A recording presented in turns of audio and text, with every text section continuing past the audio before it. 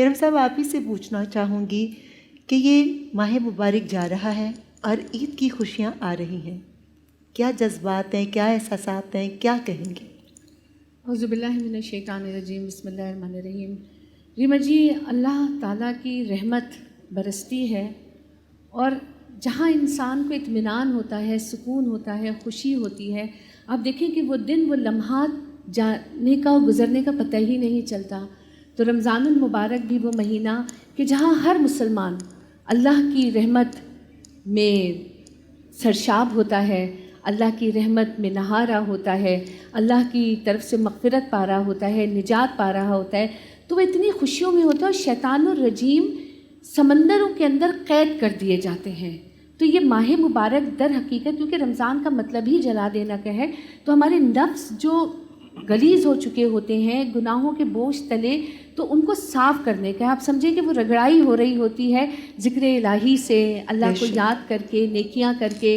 تو وہ سب ایک بہت خوشی کے ساتھ سب کچھ ہو رہا ہوتا ہے۔ لیکن پھر چاند رات آ جاتی ہے،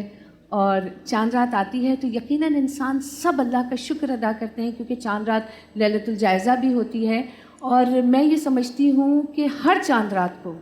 عید کی خوشی کے ساتھ ساتھ اللہ سے یہ حسن ظن ضرور رکھا کریں کہ یہ عید آپ کے لیے عید ہے، وعید نہیں ہے۔ کیا اچھی باتیں کی، اور ہماری یہ خوبصورت گفتگو کا سلسلہ جاری رہے گا۔ ارم صاحبہ، میں آپ سے پوچھنا چاہوں گی کہ رمضان المبارک کی جو ہماری ایک روٹین بن چکی ہے، اس کو پورا سال ہم اپنے ساتھ کیسے رکھیں؟ بہت اچھا سوال ہے ریما جی، اور بہت وقت کی ضرورت ہے۔ دیکھیں، اللہ تعالیٰ ہم پہ اپنے رحم کرم فضل کی بارش فرماتا ہے، اور اپنے نبی صلی اللہ علیہ وسلم کے صدقے میں اس نے ہمیں رمضان شریف کا موقع دیا، جو گنتی کے چند دن ہوتے ہیں، یوں آتے ہیں اور یوں گزر جاتے ہیں۔ لیکن اللہ تعالیٰ ان دنوں میں در حقیقت، کہتے ہیں نا، روزہ جسم کی زکوٰۃ ہے۔ ہم اپنے جسم کی زکوٰۃ بھی ادا کر رہے ہوتے ہیں، ہم اپنے نفس کو بھی پاک کر رہے ہوتے ہیں، اور پھر 5 وقت کی نماز کا جو ٹائم ٹیبل بنتا ہے، کلام پاک پڑھنے کا جو ٹائم ٹیبل بنتا ہے، تو اب ہم کو چاہیے کہ شیطان الرجیم تو چلیں، جب کھلیں گے تو کھلیں گے، لیکن اللہ رب العزت نے جو موقع فراہم کر دیا،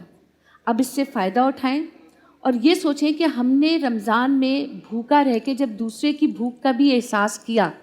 تو اب اسے رمضان کے بعد بھی کریں،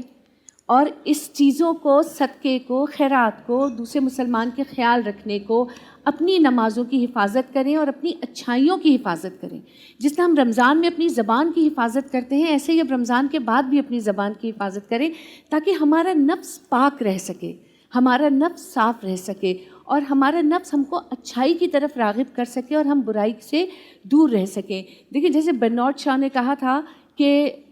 اسلام is the best religion but Muslims are the worst nation. تو پھر اب یہ سوچیں کہ ایک غیر مسلم ہمارے مذہب کو بہترین مذہب کہتا ہے، اور ہم کو ایک بدترین قوم کہتا ہے، تو ہمیں چاہیے کہ ہم اپنی اصلاح کر لیں۔ یہ دن ایسے گزرے کہ ہم میں سے بہت لوگ، مجھے یقین ہے اللہ رب العزت کی ذات سے، کہ پلٹ گئے ہوں گے، تو ہمیں چاہیے کہ ہم اس جو پلٹنے کا راستہ ہے اس پہ کھڑے رہیں، اور استقامت کے ساتھ کھڑے رہیں، تاکہ ہمارے آنے والے دن اچھے گزر سکیں۔ بہت خوبصورت بات آپ نے کی۔